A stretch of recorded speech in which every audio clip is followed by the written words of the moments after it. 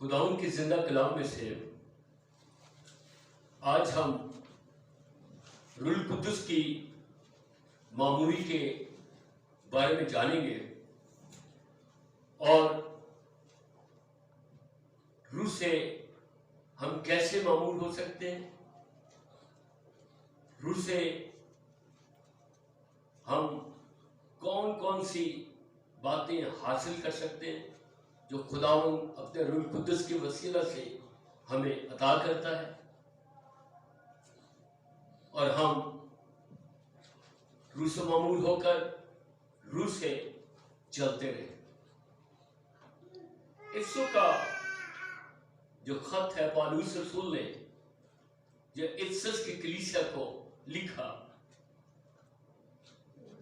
ये पूरा खत रूह कुद्दुस की सच्चाइयां, रूह कुद्दुस की मामूरी और रूह कुद्दुस को हासिल करना और रूह कुद्दुस में नई जिंदगी बसर करना और कलीसिया की इबादत और शख्सी इबादत और शख्सी ज्ञान के लिए रूह कुद्दुस की मामूरी को हासिल करके तौर तरीके कसरत के साथ हमें इफ्सियों के खत में मिलते हैं। और इफिसस को जो खत लिखा और आज की कलीसिया को भी रूह की मामूरी से मामूर करके कैसे हम रूहानी तौर पर हम बलूगत को हासिल कर सकते हैं, किस तरह से शख्सी तौर पर हम अपना ध्यान ज्ञान खानदानी तौर पर किस तरह से हम अपनी इबादत गुजारी को कर सकते हैं, इसकी तरतीब हमें यहां पर मिलती है। और कौन सी ऐसी बातें हैं जो रूह कुद्दुस की मामूरी से हमें दूर करती हैं और रूह कुद्दुस किन बातों से रंजीदा हो जाता है।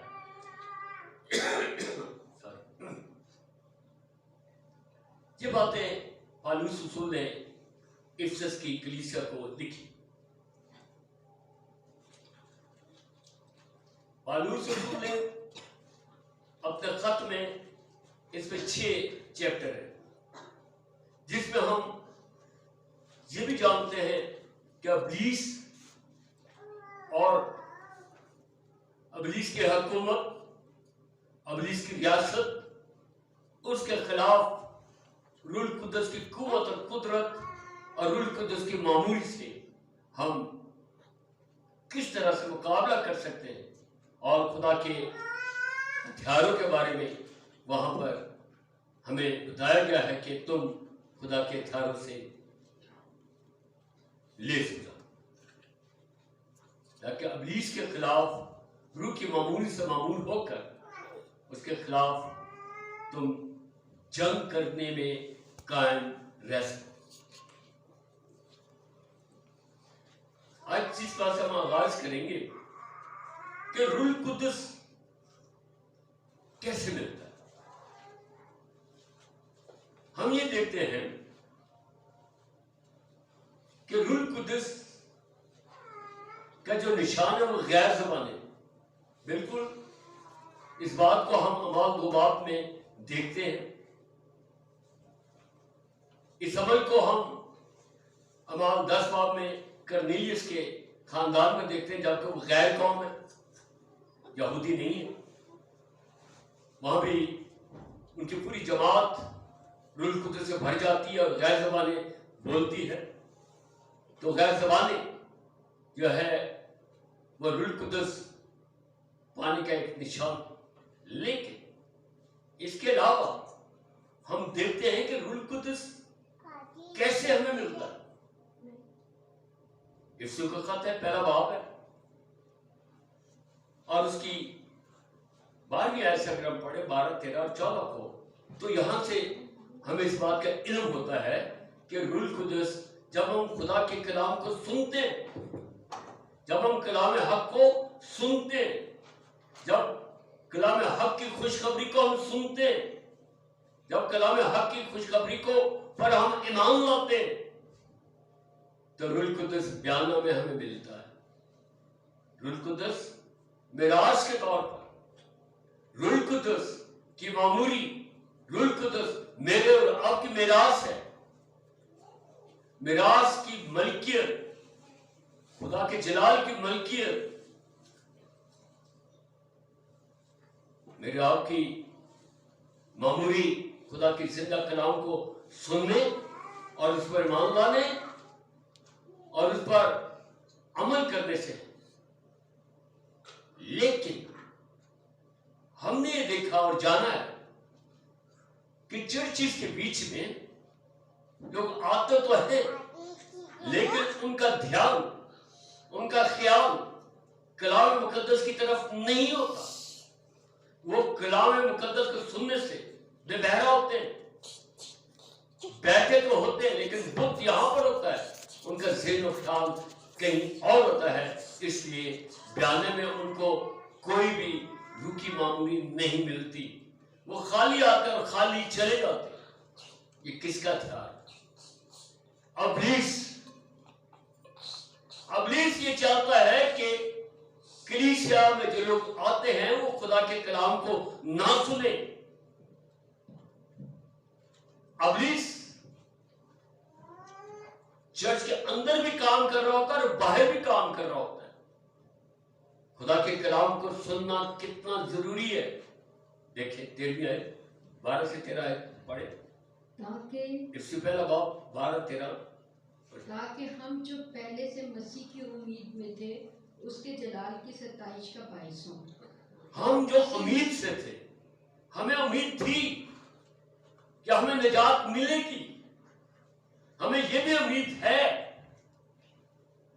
कि हमें रूह कुदस बयाना में मिलेगा, और हमें यह भी उम्मीद है कि रूह कुदस तो हमें मिल गया, अब रूह कुदस की नेमतें भी मिलेंगी। कैसे? और उसी में तुम पर भी जब तुमने कलाम हक को सुना जो तुम्हारी निजात की खुशखबरी है। तुमने कलाम हक को सुना जो तुम्हारी निजात की क्या है? खुशखबरी है। और उस पर ईमान लाए। और उस पर ईमान लाए। यीशु मसीह की खुशखबरी, गॉस्पेल। खुशखबरी अंजील को कहते हैं। अंजील का मतलब है खुशखबरी, इंग्लिश में इसको गॉस्पेल कहते हैं। उस कलाम हक को तुमने सुना, ईमान लाए। नंबर 1, उस कलाम को सुनते हुए कलाम पर, यीशु मसीह पर, उसकी शख्सियत पर ईमान लाए। रूह की मोहर लगी। और जैसे ही हम उस पर ईमान लाए, हर उस शख्स पर जो खुदा में यीशु मसीह पर ईमान लाए, पाक मौदा रूह की मोहर लग गई। और वही खुदा की ममलिकत के लिए, वो ही खुदा की मलकियत के लिए, मखलसी के लिए और उसकी मखलसी के लिए हमारी मिरास का बयाना है। हमारी मिरास का क्या है? बयाना है, ताकि उसके जलाल की सताइश हो। दाऊद के नाम को जलाल मिले और उसकी सताइश। ये मिरास है। आपकी मलकियत क्या है? यानी जायदाद। आपके पास क्या कुछ है? घर में बहुत कुछ है। खुदा ने बहुत सारी नेमतें दुनियावी तौर पर दे रखी हैं, लेकिन रूहानी तौर पर क्या हम रूह कुदस की नेमतों और उसकी मिरास की मलकियत, जो उसकी जायदाद है, उसका मालिक है? जब हम कलाम हक को सुनते हैं तो हम पर क्या लगती है? पाक मौदा रूह की मोहर लगना इंतहाई जरूरी है। गॉस्पेल में मोहरों का बड़ा जिक्र किया गया है। मोहर की बड़ी अहमियत है, उस जमाना में भी और आज के जमाने में भी। एक स्वीडिश बादशाह ने मर्दकी को अपनी अंगूठी उतार कर दे दी जब उन्होंने रोजे रखे, कौम को बचा लिया। जो भी खत लिखा जाएगा उस पर बादशाह के अंगूठी की क्या होगी? मोहर होगी। उसको हर कोई मांगता है। और आज भी हम देखें डोमिसाइल के जो पेज है उसके ऊपर डीसी की या मजिस्ट्रेट की मोहर ना हो तो वो वैलिड है, वो खाली एक कागज है, वो कुछ नहीं है बगैर मोहर के। इसी तरह मसीही लोग पाक रूह के बयाना की मोहर के बगैर कुछ नहीं है। अगर आप पर मोहर लगी हुई है, इब्लीस आपको सड़कों पर, घरों में, हर जगह घसीटता रहेगा। इसलिए हम कलाम हक को सुने, हम कलाम हक को जाने, हम कलाम हक की पहचान करें, ताकि खुदा का रूह आपको मामूर करे और आप पर वो मोहर लग जाए और आपकी वैलिडिटी हो जाए, आप वैलिड हो जाए।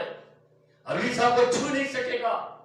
यूहन्ना की का खत है, उसका 5वां बाब है, वहां पर हम इस बात को पढ़ सकते हैं। जो खुदा से पैदा हुए हैं, इब्लीस शरीर उसको छू नहीं सकता, इसलिए कि उस पर मोहर लगी हुई है।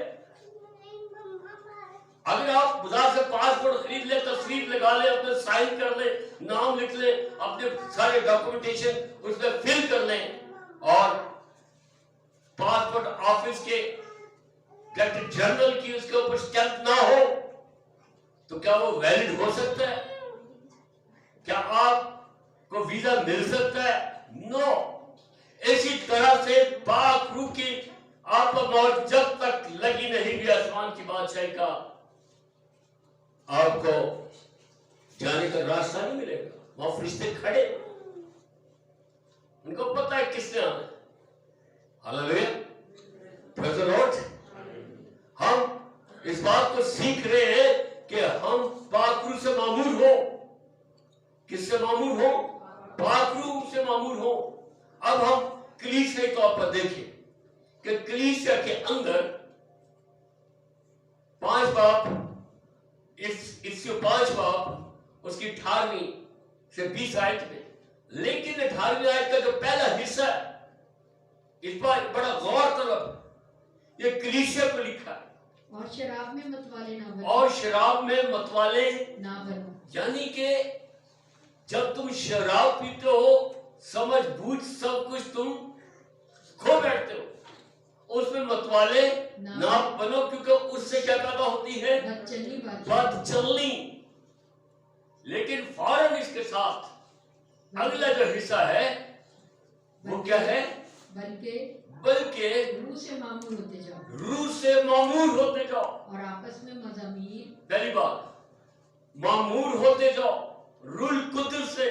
और रूह कुदस की मामूरी को हमने जाना कि जब तुमने कलाम हक को सुना और जो तुम उम्मीद रखते थे और उस पर ईमान लाए और तुमको निजात मिली, और रूह कुदस जाने के तौर पर तुम्हें मिला।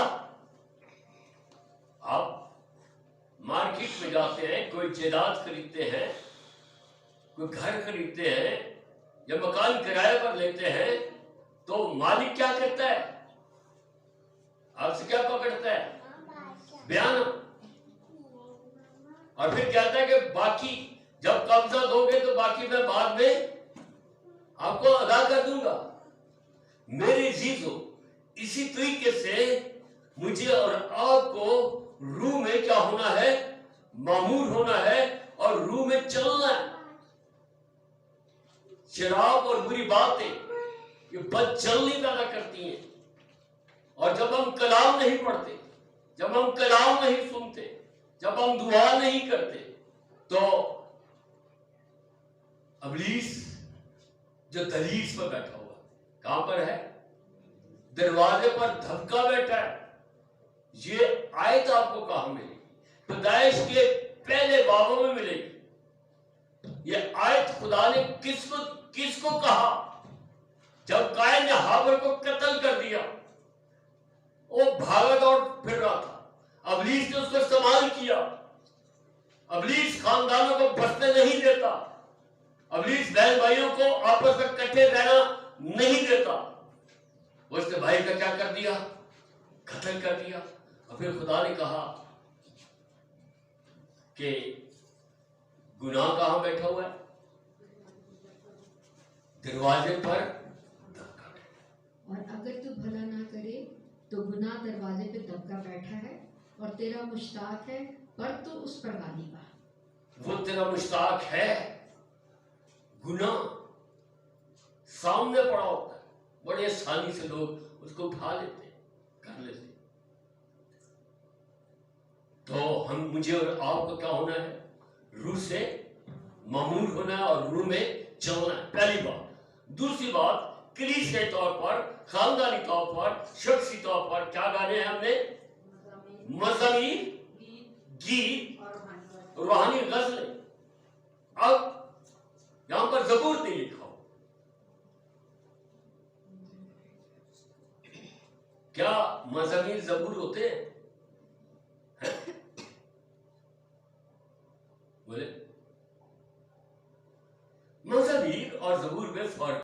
रूह की मामूरी के अंदर ये काम होते हैं। हालेलुया।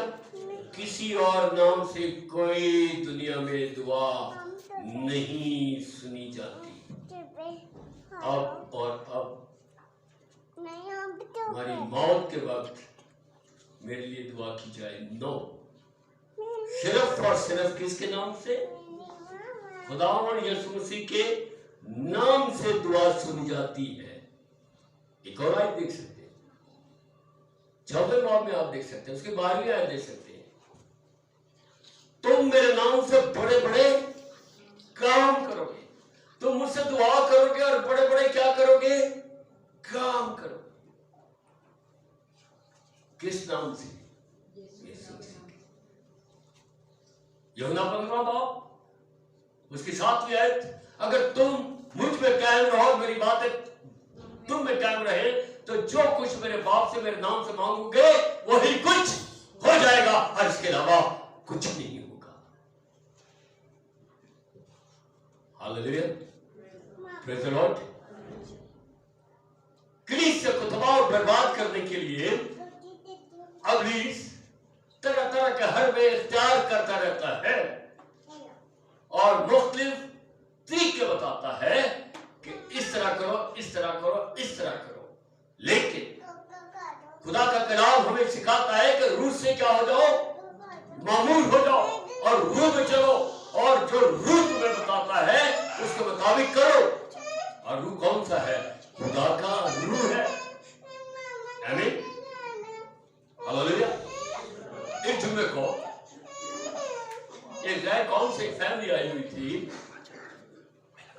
उसमें से इब्लीस की खूब तफसीरें निकली। अब वो एक रिक्वेस्ट लेकर आए। क्या लेकर आए थे? रिक्वेस्ट। रिक्वेस्ट किसकी तरफ से? जादूगर की तरफ से। खुदा का रूह आपको बताता है रिक्वेस्ट कहां से आ रही है। जब मैं यहां पर बैठा, खुदा के रूह ने बताया, और रिक्वेस्ट क्या थी कि जिनको जादूगरों की बदरूहों को जो बांध रखा था, वो रिक्वेस्ट लेकर आए थे कि जादूगर रिक्वेस्ट कर रहा था कि अपने पास्टर से मिन्नत करो, उसके पांव पकड़ो को हमारी बदरूहों को क्या कर दे? छोड़ दे।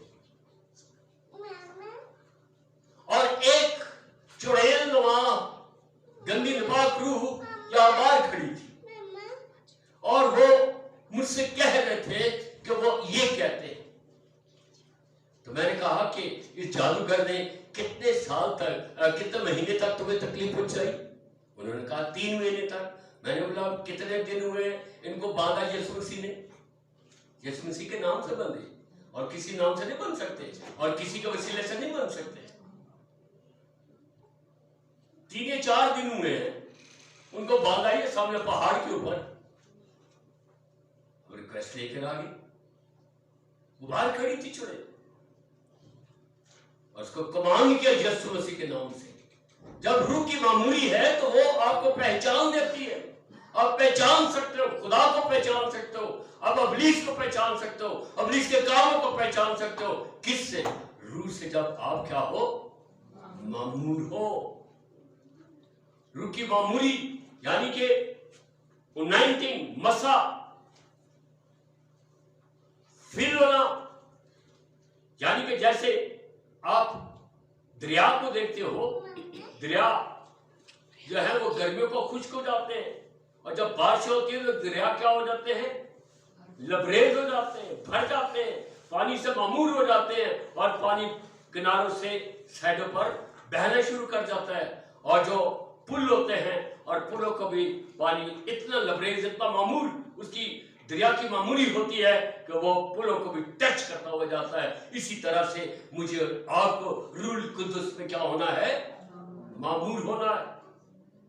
रूल कुदस की मामूरी से क्या मिलता है? अब देखिए 17वीं आयत, इससे पहला बाप उसकी 17वीं आयत। रूल कुदस की मामूरी से आप खुदा की पहचान आपको मिलती है। क्या मिलती है? खुदा की पहचान। ये हमारे खुदावंद यीशु मसीह के खुदा जो जलाल का बाप है, तुम्हें अपनी पहचान में हिकमत और मुकाशवा की रूह बख्शे। अपनी पहचान देता है, पहचान की रूह अता करता है। अच्छे बुरे की पहचान कर सकते हैं, ये गलत है, ये ठीक है। दूसरी बात, आपको हिकमत की रूह मिलती है। पहला क्रंथियों उसका 12वां बाप, वहां पर 9 नेम के पहली नेमत में हम देखते हैं इल्मियत का कलाम, और दूसरी रूह की जो नियमत है वो है हिकमत की रूह। यहां पर खुदा हमें पहचान देता है, फिर हमें रूह की मामूरी से हिकमत की रूह मिलती है, और उसके बाद मुकाशफा की रूह हासिल होती है। मुकाशफा उस भेद को कहते हैं जो खुदा के पास है। जो किसके पास है? जो इंसान नहीं जान सकता, और जिसके ऊपर खुदा के पाक रूह की मोहर लगी हुई है, वो इन भेदों को जान सकता है। और वही खुदा की मामूरी के साथ खुदा के मुकाशफों का भेद और खुदा के साथ गुफ्तगू कर सकता है, दूसरा नहीं कर सकता। देखिए वो कैसे आमदोरी है कलाम की, जो हवाले मैंने लिखा है उसे हम थोड़े से एक्सीड कर रहे हैं, क्योंकि खुदा हमें बता रहा है। पहला क्रंथियों 14वां बाब उसकी दूसरी आयत, बल्कि पहली आयत से नेमतों का जिक्र है। यहां पर आरजू रखे, मेरी आरजू है कि तुम क्या करो, नबूवत करो, मोहब्बत के तालिब हो, मोहब्बत के तालिब रहो, और रूहानी नेमतों की भी आरज़ू रखो। रूहानी नेमतों की भी क्या रखो, आरजू। रूह से मामूर होने के बाद जितनी नेमतें उनको भी हासिल करने के लिए आरजू रखो। खसूसन इसकी के नबूवत करो, खसूसन इसके लिए कि नबूवत करो। नबूवत का मतलब क्या है? नबूवत इस ये नहीं होती कि उसका नाम लेकर कहा जाए खुदा कह रहा है कि तू ऐसा कर। नो, नबूवत कलीसिया के लिए होती है। आगे आप पढ़ सकते हैं, कलीसिया के नसीहत के लिए, कलीसिया की बेहतरी के लिए नबूवत होती है। पुराने अहदनामे में नबूवतें जब होती थी तो यिर्मयाह गिला करता है कि लोग कहते हैं कि ये नबूवतें कब पूरी होंगी। कई बार सालों में लग जाते, सदियां लग जाती। यिर्मयाह नबी की नबूवतें, अराक का वो नबी है, बाबल का वो नबी है, वहां पर जब उसने नबूवत की तो अराक की जो तबाही हुई है, इसके नबूवत यिर्मयाह नबी ने की थी। यिर्मयाह का सही 50, 51, 52 बाद में पढ़ ले। जो वाक्य 1991 में अमेरिका ने हमला करके शुमाली इत्तेहाद करके इस पर चढ़ाई की थी, वो पूरे का पूरा लफ्ज व लफ्ज वहां पर लिखा हो। और कलीसिया के अंदर नबूवत, कलीसिया के नसीहत के बारे में होती है। आप पढ़ सकते हैं इसको, आगे पढ़े। जवाब भी, क्योंकि जो बेगाना जुबान में बातें करता है वो आदमियों से बातें नहीं करता बल्कि खुदा से। जो गैर जुबानों में बातें करता है वो आदमियों से बातें नहीं करता बल्कि वो खुदा से बातें करता है, क्योंकि खुदा ने उसको मोहर लगाई। जी, इसलिए कि उसकी कोई नहीं समझता, हालांकि वो उसकी कोई नहीं समझता, हालांकि वो अपनी रूह के वसीला से अपनी रूह के वसीला से भेद की बातें कहता है। भेद की बातें करता है। लेकिन जो नबूवत करता है वो आदमियों से तरक्की और नसीहत और तसल्ली की बातें कहता है। आदमियों से, कलीसिया से नसीहत, तरक्की और तसल्ली की बातें करता है। ये पूरा एक चैप्टर इसी के ऊपर है। हम वापस आते हैं कि मुकाशफा की रूह हमें फिर मिलती है। मोहर के अंदर ये बातें, मामूरी के अंदर खुदा की पहचान, खुदा की हिकमत की रूह और मुकाशफा की रूह बख्शी है वो हमें मामूली में बख्शता है। और तुम्हारे दिल की आंखें रोशन हो जाएं। फिर अगली जो बात है वो हमारे दिल की आंखों को क्या करता है? रोशन करता है, खोलता है। ताकि तुमको एक मालूम हो रोशन खोलता है। आदम और हवा को इब्लीस ने बरगलाया, वो रूहानी लिबास में थे। कौन सा लिबास था पहना हुआ? रूहानी लिबास था। लेकिन जब उनकी रूह की आंखें और दिल की आंखें क्या हो गई? बंद हो गई और जिस्मानी आंखें खुल गई, तो वो अपने आप को क्या देखने लगे कि वो क्या है? नंगे। गुनाह इंसान को नंगा करता है। वो बात थी। लेकिन जब यीशु मसीह आया, उसने हमें रूह की मामूली से मामूर किया, तो हमारे दिल की आंखों को खोल दिया, ताकि आइंदा को हम बुरे काम और नंगे ना रहें। और हमारी आंखों को, दिल की आंखों को क्या किया? रोशन हो जाए। अब कोई कहे यार दिल की किधर आंखें होती हैं? वो दिल की आंखें तो नहीं होती, लेकिन रूह कुद्दस हमारे दिल में जो डाला गया है, जो हमारे अंदर है, वो हमें सुकून अता करता है। ये दिल की आंखें क्या हो गई? रोशन हो जाए। ताकि तुमको मालूम हो कि उसके बुलाने से कैसी कुछ उम्मीद है। ताकि आप इस बात को जाने कि यीशु मसीह ने आपको जो बुलाया, जो आपको निजात दी है, आपकी बुलाहट हुई है। जो बुलाहट नहीं उनका मसीह हो जाए, बुलाहट ये हुई है कि जाओ सारी दुनिया में जाकर अंजील की खुशखबरी फैलाओ और खुदा बाप, बेटे, रूह कुद्दस के नाम से उनको बपतिस्मा दो और उनको तालीम दो और उनको कहो कि जो हुक्म मैंने दिए हैं उन पर क्या करो? अमल करो। ये है बुलाहट। बुलाहट ये नहीं कि मैं क्रिश्चियन हो गया हूं। बुलाहट ये नहीं है कि मुझे रूह कुद्दस की मोहर लगी है या गैर ज़बानें मिल गई है। आपको कुछ करना है, लेकिन लोग तो बैठते होंगे, लोग चर्च ही नहीं जाते, खिदमत के लिए नहीं निकलते, किसी रिश्तेदारों को दो लफ्ज निजात के नहीं बताते। भाई तूने तौबा की है, निजात पाई है, मर जाएगा तू, अपनी हलाकत में चले जाएगा, जहन्नम की आग में जलेगा। एक भाई मुझे कहने तो बड़ी खौफनाक किस्म की बातें करते हो, अंजील तो खुशखबरी सुनाती है। कि जी यही तो खुशखबरी है कि वो तुम्हें जहन्नम में जाने नहीं देता। तो कह रहे आपने कह रहे आप जहन्नम में चले जाओगे। मैंने बोला हाँ, जब बदचली पैदा होगी, जब बुरी बातें तुम्हारे मुंह से निकलेंगी, तो कहां जाओगे? जहन्नम में नहीं जाओगे ना।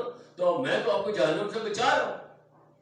ऐसी ऐसी बातें आप लोगों से सुनोगे, ऐसी ऐसी दलीलें सुनोगे जो हैरान कुन होती। जी आगे बढ़े, आयत भी बता दो, 17 आयत से आगे बढ़े ना।